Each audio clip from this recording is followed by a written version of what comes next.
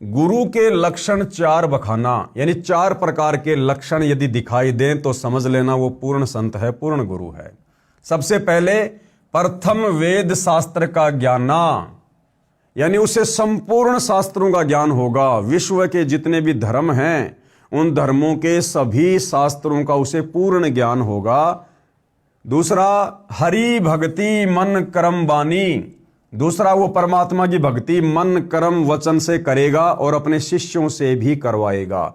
ये नहीं कि खाली उपदेश ही देगा, भक्ति नहीं करेगा, वो खुद भी शास्त्रों के अनुसार भक्ति करेगा और अपने अनुयायियों से भी भक्ति करवाएगा। तीसरा समदृष्टि कर जानी, वो पूर्ण गुरु जो होगा वो समदृष्टि होगा। वो छोटे बड़े में, अमीर गरीब में, ऊंच नीच में वो किसी प्रकार का कोई भेदभाव नहीं करेगा। अपने सभी शिष्यों के साथ में समान बर्ताव करेगा, एक जैसा व्यवहार करेगा। चौथा, वेद विधि सब कर्मा, और उसकी भक्ति का जो आधार होगा, जो धार्मिक अनुष्ठान होंगे, जो पूजा पाठ होगी, वो वेद शास्त्रों के अनुसार होगी, अपनी तरफ से वो नहीं बताएगा। तो ये चार प्रकार के लक्षण पूर्ण गुरु के शास्त्रों में बताए गए हैं। यह चार गुरु गुण जानो मर्मा। भावार्थ, जो गुरु अर्थात परमात्मा कबीर जी का कृपा पात्र दास गुरु पद को प्राप्त होगा, उसमें चार गुण मुख्य होंगे। अब देखो भाई और बहनों, यहां पर सतगुरु रामपाल जी अपने आप को छुपाते हुए आप और हम तक ये ज्ञान पहुंचा रहे हैं।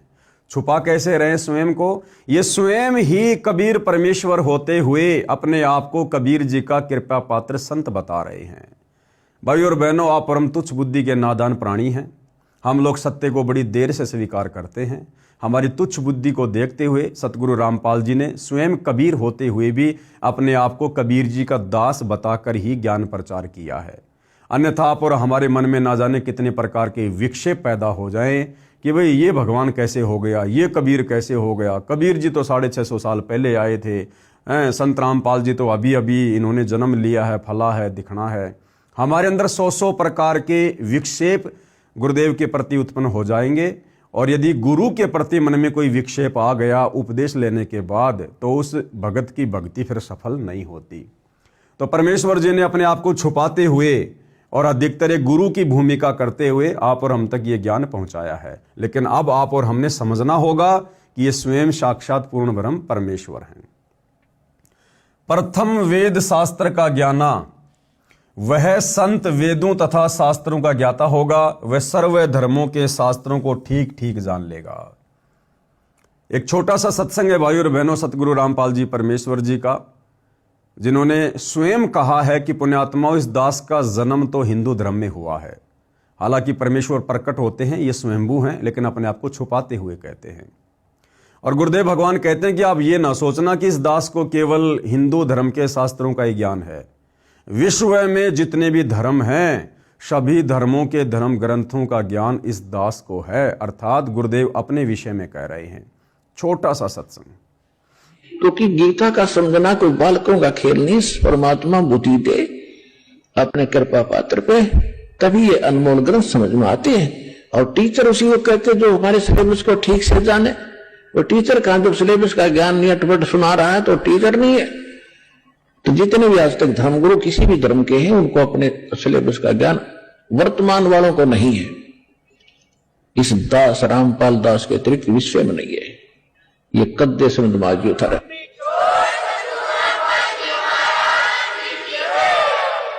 और दास को पूरे विश्व के जितने ग्रंथ हैं सबका जानकारी है, एक की नहीं।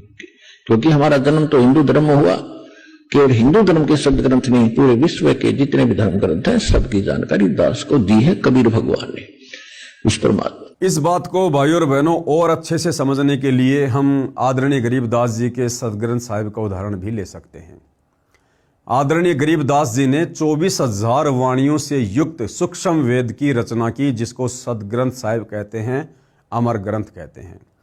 और आदरणीय गरीबदास जी के सदग्रंथ साहिब में विश्व की सभी भाषाओं के शब्दों का समावेश है। यानी विश्व में जितने भी देश हैं और उनमें जो भाषाएं बोली जाती हैं, सभी भाषाओं का समावेश आदरणीय गरीबदास जी के सदग्रंथ साहिब में है। और भाइयों और बहनों, वर्तमान में उस सदग्रंथ साहिब का अनुवाद कौन कर रहा है, खोलकर उसके ऊपर व्याख्या कौन कर रहा है। सदग्रंथ साहिब का खुलासा विश्व में पहली बार किसने किया? सतगुरु रामपाल जी ने किया, जिसमें विश्व के सभी देशों की भाषाओं का समावेश है। तो भाइयों और बहनों, ये कौन कर सकता है? स्वयं परमेश्वर ही कर सकते हैं। जिन्होंने वो सदग्रंथ साहिब लिखा है वही महापुरुष उसका खुलासा कर सकता है। तो आदरणीय गरीबदास जी के रूप में भी स्वयं कबीर परमात्मा ही थे, और आज उस सदग्रंथ साहिब का जो महापुरुष खुलासा कर रहा है वह महापुरुष भी स्वयं साक्षात कबीर भगवान ही है, जो हमारे पूज्य गुरुदेव जी के नाम से धरती पर प्रकट हैं। तो इससे हमारा संशय समाप्त हो जाना चाहिए। हम सतगुरु रामपाल जी को मात्र एक कबीर परमात्मा का भेजा हुआ दास या उनका अवतार या उनकी कोई विशेष आत्मा समझने की भूल ना करें। ये साक्षात ही पूर्ण ब्रह्म परमेश्वर हैं। तो सबसे पहली क्या पहचान है? वह संत वेदों तथा शास्त्रों का ज्ञाता होगा, वह सर्व धर्मों के शास्त्रों को ठीक ठीक जानेगा। दूसरा लक्षण, दूसरा हरि भक्ति मन कर्म बानी, वह केवल ज्ञान ही नहीं सुनाएगा, वह स्वयं भी परमात्मा की भक्ति मन कर्म वचन से करेगा। तीसरे समदृष्टि कर जानी, तीसरा लक्षण क्या होगा? वह समदृष्टि होगा, सर्व अनुयायियों के साथ समान व्यवहार करेगा, वह समदृष्टि वाला होगा। आप देखते हैं कि आश्रम में सर्व श्रद्धालुओं को एक समान खाना पीना, एक समान बैठने का स्थान संत रामपाल जी के द्वारा माता पिता बहन भाई बच्चे जब कभी आश्रम में आते हैं साधारण भगत की तरह आश्रम में रहते हैं। संत रामपाल जी तक तो ये बात ठीक है भाई और बहनों, क्योंकि वे तो समदृष्टि हैं, पूर्ण गुरु हैं। लेकिन वर्तमान में उनकी गैर हाजिरी में ये राष्ट्रीय समाज सेवा समिति वाले, संत रामपाल जी के परिवार वाले, ये भाई और बहनों भगत समाज के साथ में समदृष्टि वाला व्यवहार नहीं कर रहे हैं।